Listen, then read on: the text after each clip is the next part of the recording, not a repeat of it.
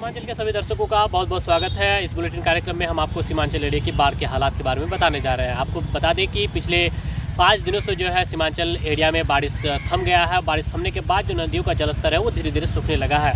हालांकि जब नदियों का जलस्तर इस इलाके में बढ़ती है तब भी नदी से सटे लोगों को काफ़ी परेशानियों का सामना करना पड़ता है। उसके बाद नदी का जलस्तर जब घटता है उसके बाद तो और तबाही गहरा हो जाता है। तबाही इसलिए गहरा हो जाता है क्योंकि सीमांचल के एरिया में जो नदी जब घटता है तो उस समय जो कटान का और भसान का जो ये है समस्या है वो तेज़ी से बढ़ जाता है।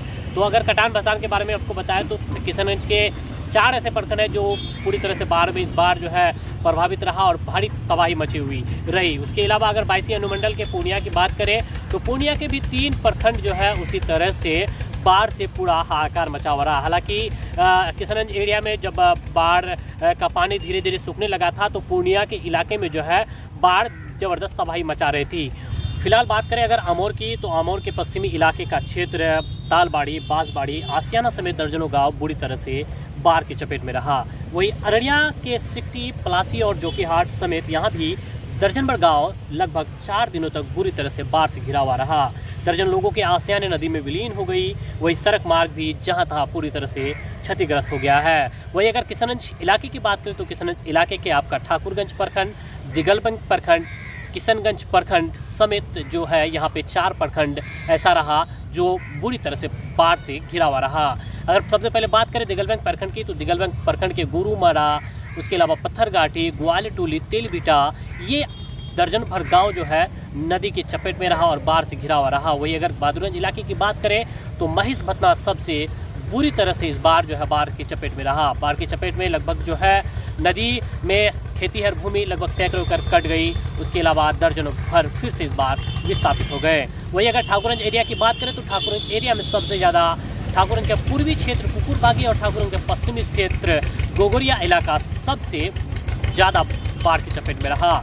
यहाँ भी दर्जन भर गाँव जो है अलग जगह शरण ले लिए यानी विस्थापित हो गए। उसके अलावा आपका कुकुरबागी इलाके में रोड मार्ग भी जहाँ तहाँ क्षतिग्रस्त हो गया। वही अगर किशनगंज की बात करें तो किशनगंज के आपका मंझोक सबसे ज़्यादा इस बार महानंदा के बाढ़ की चपेट में रहा।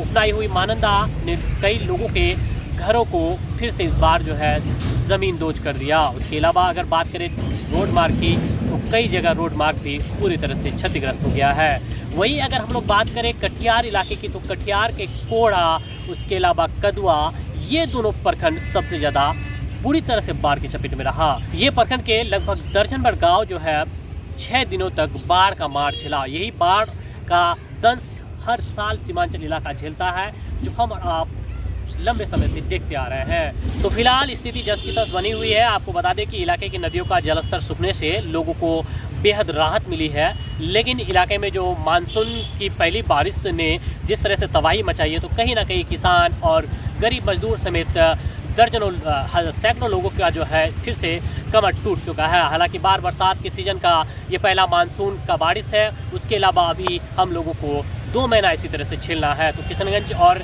पूर्णिया, अररिया और उसके अलावा कटिहार सीमांचल इलाका जो है ये पूरी तरह से हमेशा बाढ़ की चपेट में रहता है। फिलहाल इस बुलेटिन में इतना ही। फिर आगे आपके लिए फिर कल बाढ़ और बरसात, उसके अलावा सुखाड़ के बारे में आपको फिर अपडेट देंगे। फिलहाल के लिए दीजिए इजाज़त।